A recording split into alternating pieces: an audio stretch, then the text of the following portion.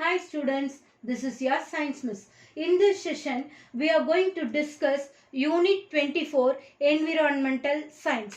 So, environmental science பத்தி படிக்கும்போது நம்மளோட environmentல என்னென்ன பிரச்சனைகளை நம்ம ஃபேஸ் பண்றோம் அப்படிங்கறத நம்ம இங்கே பார்க்க போறோம். Environmental issues such as pollution, global warming, ozone layer depletion, acid rain, deforestation, landslide, drought and desertification. இந்த மாதிரியான நிறைய environmental issues நம்ம இன்னைக்கு டே டு டே லைஃப்ல ஃபேஸ் பண்ணிட்டு இருக்கோம். ஸோ இந்த இஷ்யூஸ்ல இருந்தெல்லாம் நம்மளை ப்ரொடெக்ட் பண்ணிக்கிறதுக்காக நம்ம என்ன பண்ண வேண்டியதாக இருக்குது, நிறைய அடாப்டேஷன்ஸை ஃபாலோ பண்ண வேண்டியதாக இருக்குது இல்லையா? So living organisms adjust themselves according to their habitat and changes in the ecosystem. So all living organisms develop certain morphological, anatomical, physiological and reproductive adaptations which help them to survive better and to withstand environmental condition. இங்க மார்ஃபாலஜிக்கல்னா நம்மளோட external வெளித்தோற்றம்னு சொல்லுவாங்க. Anatomical அப்படின்னா நம்மளோட internal inner structure. ஃபிசியாலஜிக்கல்னா function, வேலை செய்யறது. And reproductive adaptations. So இந்த மாதிரியான நிறைய அடாப்டேஷன்ஸை நம்மளோட என்வாயர்மெண்டலில் இருக்கக்கூடிய சேஞ்சஸை சேஞ்சஸ்லேருந்து நம்மளை காப்பாற்றிக்கிறதுக்காக நிறைய அடாப்டேஷன்ஸை நம்ம ஃபாலோ பண்ண வேண்டியதாக இருக்குது இல்லையா? ஸோ அடுத்து நம்ம இங்கே பார்க்க போகிறது என்னென்ன இந்த லெசனில் அப்படிங்கிறது இங்கே கொடுத்துருக்காங்க பாருங்க. This lesson deals with biogeochemical cycles, adaptations by the plants and animals, water conservation and recycling of water. So இந்த 4 topics தான் நம்ம இந்த லெசன்ல படிக்க போறோம். இப்போ ஃபர்ஸ்ட் நம்ம படிக்க போறது biogeochemical cycles. Bio means life, Jeona earth, ஓகேவா? ஸோ லைஃபையும் ஏர்த்தையும் கனெக்ட் பண்ணக்கூடிய ஒரு சில கெமிக்கல்ஸ் இருக்கு. அந்த கெமிக்கல்ஸ்னுடைய அந்த சைக்கிளை தான் நம்ம என்னன்னு சொல்லுவோம்னா பயோஜியோ கெமிக்கல் சைக்கிள் அப்படின்னு சொல்றோம், ஓகேவா? ஸோ பயாலஜிக்கல் ஆர்கானிசமையும் நான் லிவிங் ஃபேக்டரையும் கனெக்ட் பண்ணக்கூடியது. பயோட்டிக்னா லிவிங் ஃபேக்டர். அந்த என்விரான்மெண்ட்ல இருக்கக்கூடிய plants, animals and all other living organisms தான் நம்ம என்னன்னு சொல்லுவோம்னா பயோட்டிக் ஃபேக்டர் இல்லைன்னா லிவிங் ஃபேக்டர் அப்படின்னு சொல்லுவோம். அடுத்தது ஏபயோட்டிக் ஃபேக்டர் இல்லைன்னா நான் living factor which includes all factors like temperature, pressure, water, soil, air and sunlight. இந்த மாதிரியான ஃபேக்டர்ஸ்லாம் உயிர் இல்லாத இந்த ஃபேக்டர்ஸை தான் நம்ம என்னன்னு சொல்றோம்னா ஏபயோட்டிக் ஃபேக்டர்ஸ் இல்லைன்னா நான் லிவிங் ஃபேக்டர்ஸ் அப்படின்னு சொல்றோம். இந்த லிவிங் அண்ட் நான் லிவிங் ஃபேக்டர்ஸ் ரெண்டுமே ஒன்னோட ஒன்று பேலன்ஸ் பண்ணி இருந்தாதான் நம்ம இந்த ஏர்த்ல சர்வைவ் பண்ண முடியும், ஓகேங்களா? ஸோ இப்போ பயோஜியோ கெமிக்கல் சைக்கிள்ஸ்க்கான கரெக்ட் டெஃபினேஷன் என்ன அப்படின்னு பார்த்தோம்னா cyclic flow of nutrients between non-living and living factors of the environment are termed as biogeochemical cycles. இதுதான் இதுக்கான கரெக்ட் டெஃபினேஷன். இந்த லெசன்ல நம்ம 3 சைக்கிள் பத்தி படிக்க போறோம். என்னென்னு பார்த்தீங்கன்னா water cycle, nitrogen cycle, carbon cycle. போலாமா? வாட்டர் சைக்கிள் ஃபர்ஸ்ட் பார்க்கலாம். Water cycle.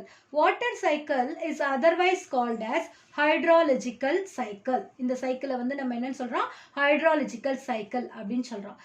In this process, water moves from one reservoir to another by processes such as என்னென்ன ப்ராசஸ் வழியாலாம் வாட்டர் ஒரு இடத்துல இருந்து இன்னொரு இடத்துக்கு போகுது அப்படின்னு பார்த்தீங்கன்னா evaporation, sublimation, transpiration, condensation, precipitation, surface runoff and infiltration. இவ்வளோ ப்ராசஸ் வழியா வாட்டர் ஒரு இடத்துல இருந்து இன்னொரு இடத்துக்கு நமக்கு போகுது, ஓகேவா?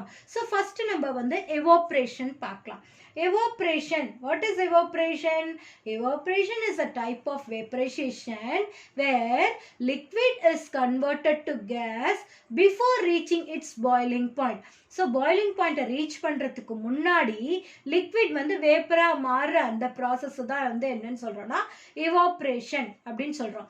So ஸோ இப்போ ocean, sea, lake, ponds, rivers இதுலெல்லாம் பார்த்தீங்கன்னா சன்லைட் வந்து அந்த வாட்டர் மேலே படும்போது அந்த வாட்டர் வந்து என்ன ஆயிடுது, எவாப்ரேட் ஆகி அப்படியே மேலே வேப்பராக போயிடுது இல்லையா. ஸோ அந்த ப்ராசஸ் தான் வந்து எவாப்ரேஷன் அப்படின்னு சொல்கிறோம். அடுத்தது sublimation. Sublimation is conversion of solid to gas without passing through the intermediate liquid phase.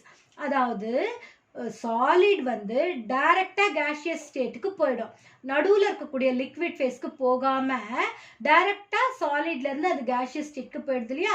அந்த ப்ராசஸை தான் நம்ம என்னன்னு சொல்லுவோம்னா சப்ளிமேஷன் அப்படின்னு சொல்லுவோம். இப்போ நார்த் போல் சவுத் போல் எல்லாம் பார்த்தீங்கன்னா அந்த ஐஸ் கேப்ஸ், ஐஸ் ஷீட்ஸ்லாம் இருக்கு இல்லையா, அதெல்லாம் டைரக்டா அந்த சாலிட் ஸ்டேட்ல இருந்து வேப்பரா மாறி நம்மளுக்கு கன்வெர்ட் ஆயிடும். ஸோ அந்த இடத்துல லிக்விட் ஸ்டேட்டாகவே வருது, வாட்டர் ட்ராப்லெட்ஸே ஃபார்ம் ஆகாமல் டைரெக்டாக வாட்டர் வேப்பராக மாறி மேலே போயிடும்.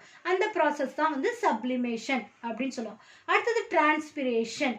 Transpiration is the process by which plants release water vapor into the atmosphere through stomata in leaves and stems.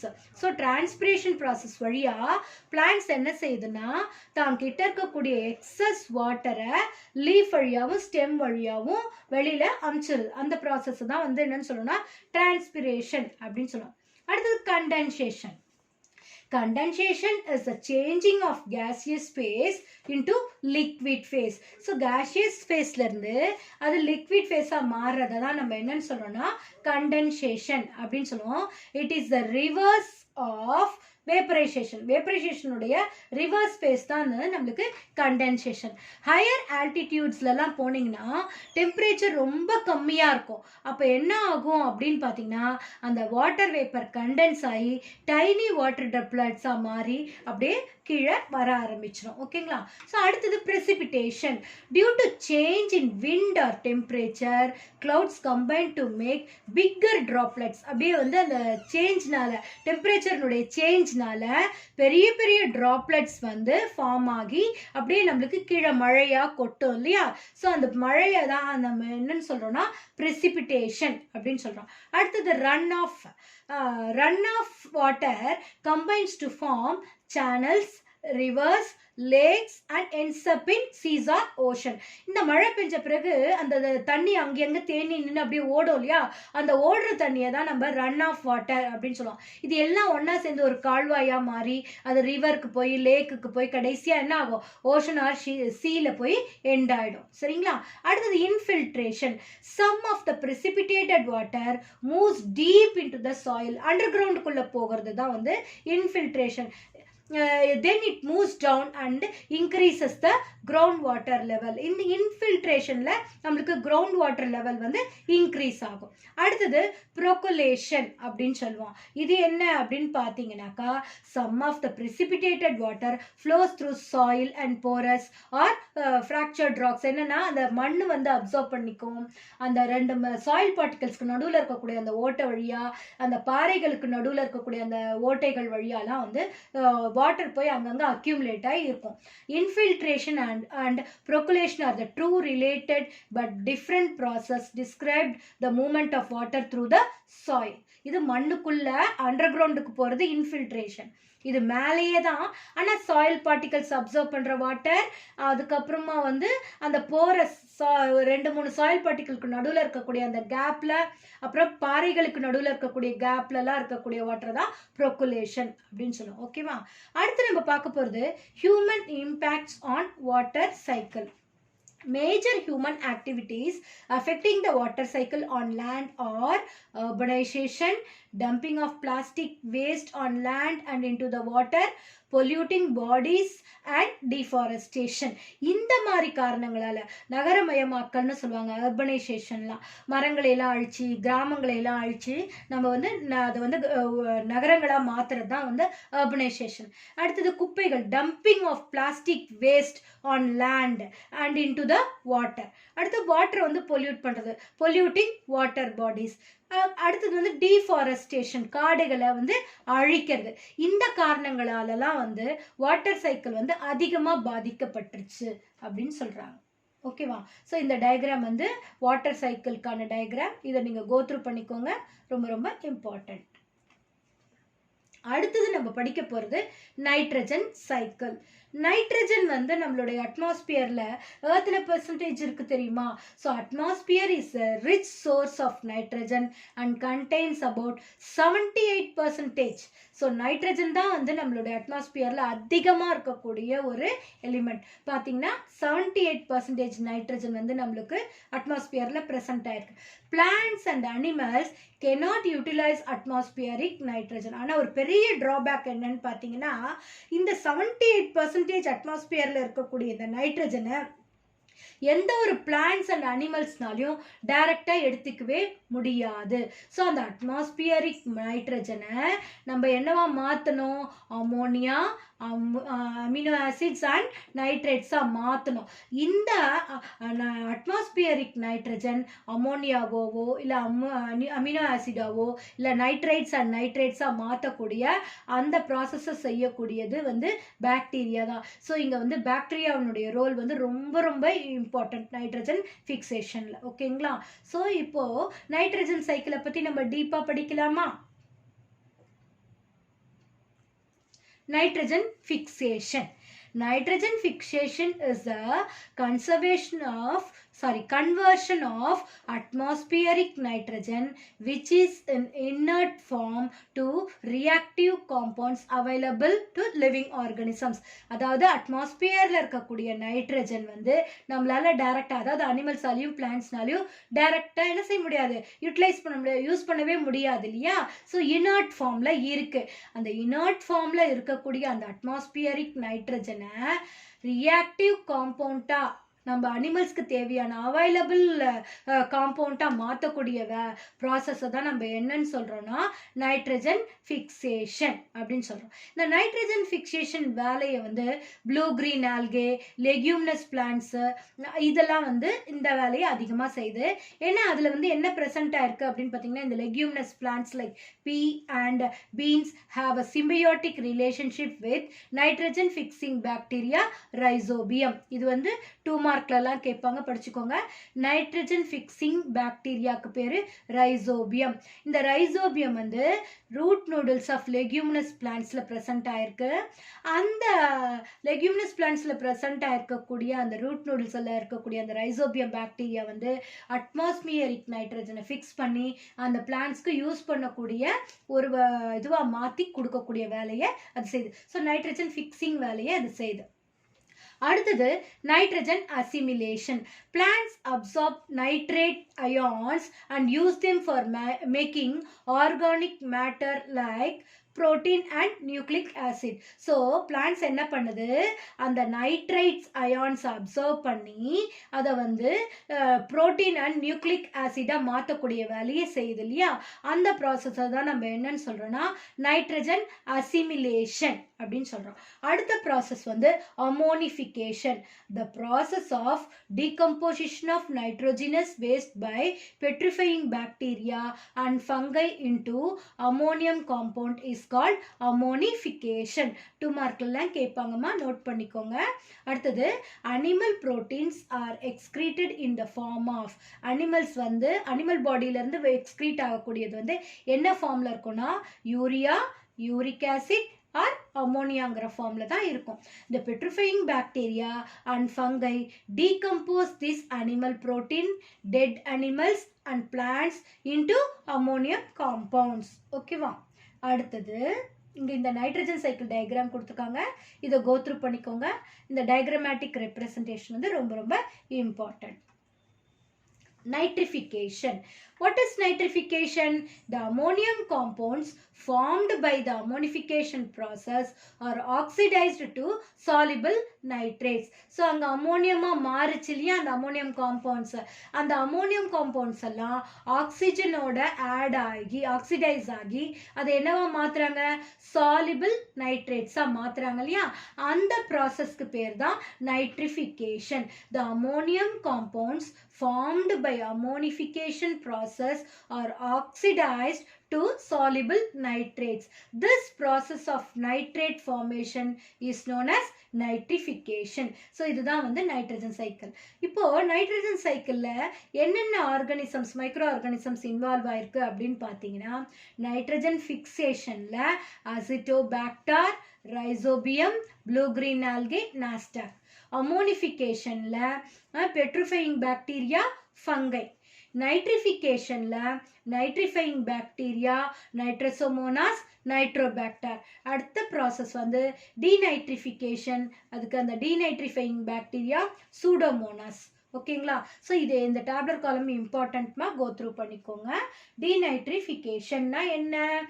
The free living soil bacteria such as Pseudomonas species reduces nitrate ions of soil into gaseous nitrogen which enters the atmosphere. அதாவது இந்த free living soil bacteria, இந்த சூடோமோனாஸ்ங்கிற இந்த bacteria வந்து என்ன பண்ணுதுன்னா இந்த nitrate ions, அதாவது plants அனிமல்ஸ்லாம் வந்து யூஸ் பண்ணக்கூடிய ஒரு ஃபார்மில் இருக்கக்கூடிய அந்த நைட்ரேட் அயான்ஸ்னுடைய லெவலை கம்மி பண்ணி அது எல்லாத்தையும் என்னவா மாற்றிடுது? கேஷியஸ் நைட்ரஜனாக மாற்றிடுது. ஸோ இந்த கேஷியஸ் நைட்ரஜன் அப்படியே என்ன ஆகும்? நேராக அட்மாஸ்பியருக்கு போயிடும். ஸோ இந்த சைக்கிள் வந்து அப்படியே ரொட்டேட் ஆகிட்டே இருக்கும், நைட்ரஜன் சைக்கிள். ஓகேவா? So human impact on nitrogen cycle அப்படின்னு எடுத்துக்கிட்டிங்கன்னா burning fossil fuels, application of nitrogen based fertilizers and other activities can increase the amount of biologically available nitrogen in an ecosystem. ஓகேவா? So இதோட நம்ம nitrogen cycle முடிஞ்சிருச்சு. அடுத்து நம்ம படிக்க போகிறது என்னன்னு பார்த்தீங்கன்னா கார்பன் சைக்கிள். உங்களுக்கு எல்லாருக்குமே வந்து கார்பன் சைக்கிள் தெரிஞ்சிருக்கும். இன்னொரு தடவை நம்ம இதில் கோ த்ரூ பண்ணிக்கலாம். ஓகேவா? So charcoal, diamond and graphite are the elemental forms of the carbon. கார்பனுடைய எலிமெண்ட் ஃபார்ம் தான் வந்து இந்த சார்கோல், டைமண்ட் அண்ட் கிராஃபைட்லாம். வந்து combined form of carbon includes carbon monoxide, carbon dioxide and carbonate salts. இந்த ஃபார்ம்லலாம் வந்து அட்மாஸ்பியரில் இந்த வந்து கார்பன் வந்து நம்மளுக்கு ப்ரெசென்ட் ஆயிருக்கு. All living organisms are made up of carbon compound containing molecules like protein and nucleic acid. எல்லா ஆர்கானிசம்னுடைய உடம்பு எதால ஆனதுன்னு பார்த்தீங்கன்னா புரோட்டீன் அண்ட் நியூக்ளிக் ஆசிடால ஆனது. அந்த புரோட்டீன் அண்ட் நியூக்ளிக் ஆசிட்ல கார்பனும் ஒரு காம்போசிஷனா இருக்கு. The atmospheric carbon dioxide enter into the plants through the process of photosynthesis to form carbohydrates. So எல்லா பிளான்ட்ஸுமே வந்து அந்த கிரீன் பிளான்ட்ஸுமே தனக்கு தேவையான ஃபுட்டை தானே ப்ரிப்பேர் பண்ணிக்கும் இல்லையா?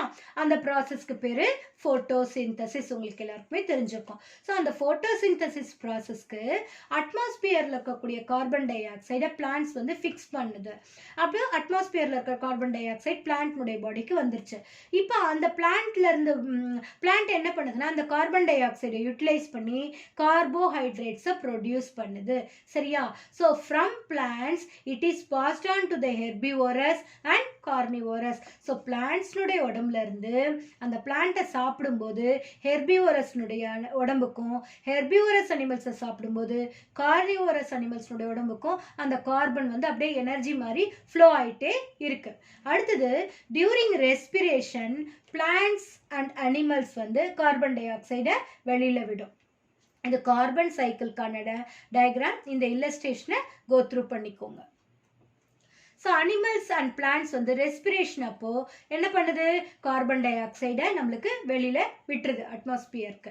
So carbon dioxide is also return to the atmosphere through. வேற எந்த வழியெல்லாம் வந்து நம்மளுக்கு கார்பன் டை ஆக்சைடு அட்மாஸ்பியருக்கு போகுது அப்படின்னு பார்த்தீங்கன்னா decomposition of dead organic matter, burning fossil fuel and volcanic activities வழியாகவும் ஒன்ஸ் அகெயின் கார்பன் வந்து அட்மாஸ்பியருக்கு போய் சேர்ந்துடுது கார்பன்.